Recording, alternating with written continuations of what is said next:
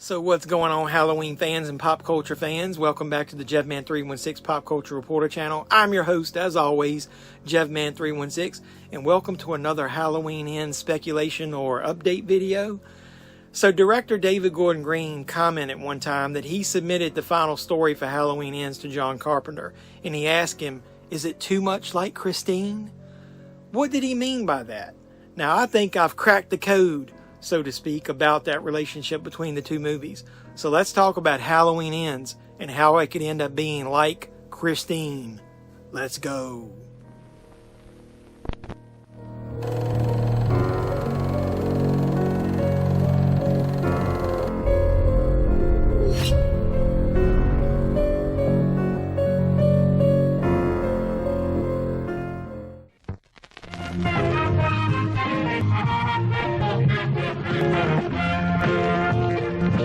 So as you know, Christine was a film that was also directed by the man himself, John Carpenter, back in 1983.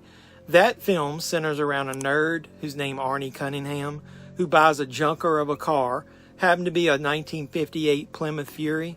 Now the car seemed to have like an evil mind of its own, and it turns Arnie's nature and his personality to reflect its own, a little evil, a little arrogant. Is that what's going to happen in the Halloween Ends? Let's dissect some facts. We start with how the plot plays out in Christine. Arnie is a nerd who's bullied by the too cool for school teens around him.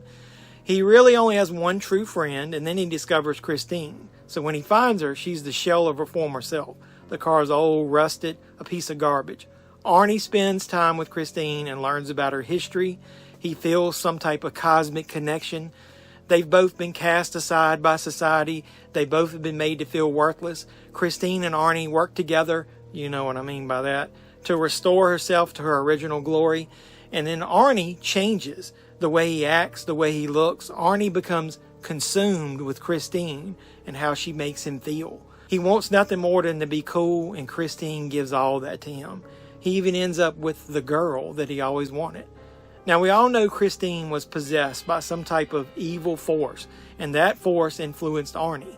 The connection between those two, Arnie and Christine, works for both of them.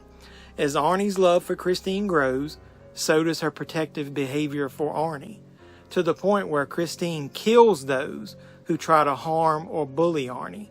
She even gets jealous at one point and tries to hurt his girl. Ultimately, in the end, Arnie is killed during the final struggle between those who care about him and those who are trying to stop Christine. Even though the main characters think they have stopped Christine, the audience is left with a tease that she's still alive and well. So how does this relate to Halloween Ends, you might ask? I think I've connected those dots for you through interviews, articles, things I've read online, feedback from people through social media about some of the test screenings of the film. I've connected the dots for you. While some of my facts may not be entirely true, depending on what cut is shown in theaters, I do think that a lot of my points are going to be exactly the way they're presented in the film. So take it for what it's worth, but if you don't want any spoilers at all, stop the video, move along to some of the other videos on my channel, like Halloween movie reviews or other movie reviews. Or if you want to know, let's keep going.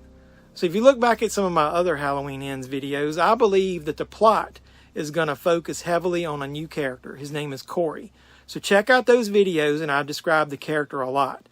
I tell you who he is and how the first act of the movie is even going to play out. So that's spoilers in itself. But Corey's going to be involved in the accidental death of a child during this first act. This is going to be back in 2019. And the rest of Halloween Ends is going to take place in present day. Michael's been missing or out of action for several years. And you know Corey's last name? If you don't, it's Cunningham. So there's your first connection to Christine. Same last name for main characters. Corey is being harassed and bullied by townspeople who blame him for that child's death, and they think that he went unpunished.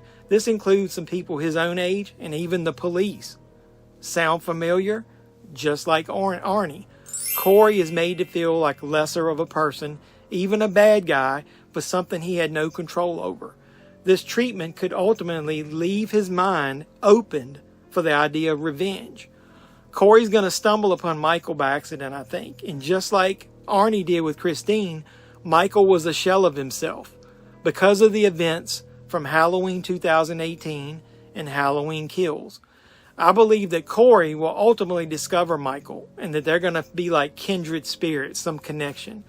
I believe that Corey could take care of Michael, maybe even nurse him back to health in some kind of way. Now, I've seen this photo online of a junkyard used during the production of the film. I know it's a real photo. Could this be a setting used by Corey to hide or take care of Michael? Or could this have been where Michael's been hiding all along? Or could it be the final resting place for Michael? Maybe they used some type of equipment there to destroy his body for good. Either way, I think it's ironic that a junkyard setting is used in both Christine and Halloween Ends. There are several younger characters, teens, shown in the trailer that are screaming. So I think Corey could either lead those people to Michael so that Michael can kill them, or he could take Michael's mask, use it as a disguise, and kill those people himself, the people that have wronged him. This revenge factor is just as much at the center of this story as it was in Christine. If you watch my Halloween Ends trailer reaction video, you already know that I think the first masked person in that trailer is not Michael, that it's going to be Corey in disguise. I believe the film's final showdown, though, will involve Corey and Michael.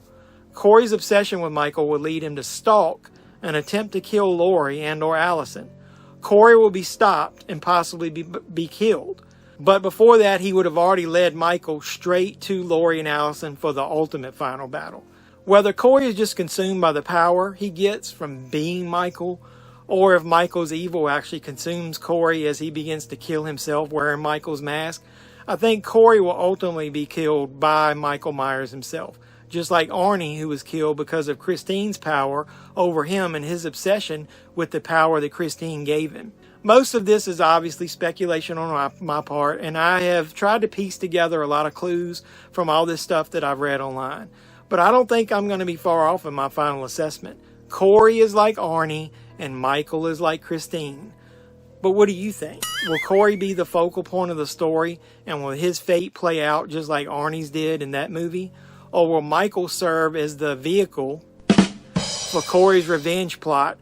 Or will Michael actually have a more active role in the movie than I'm starting to believe? What do you think? Leave your comments down below.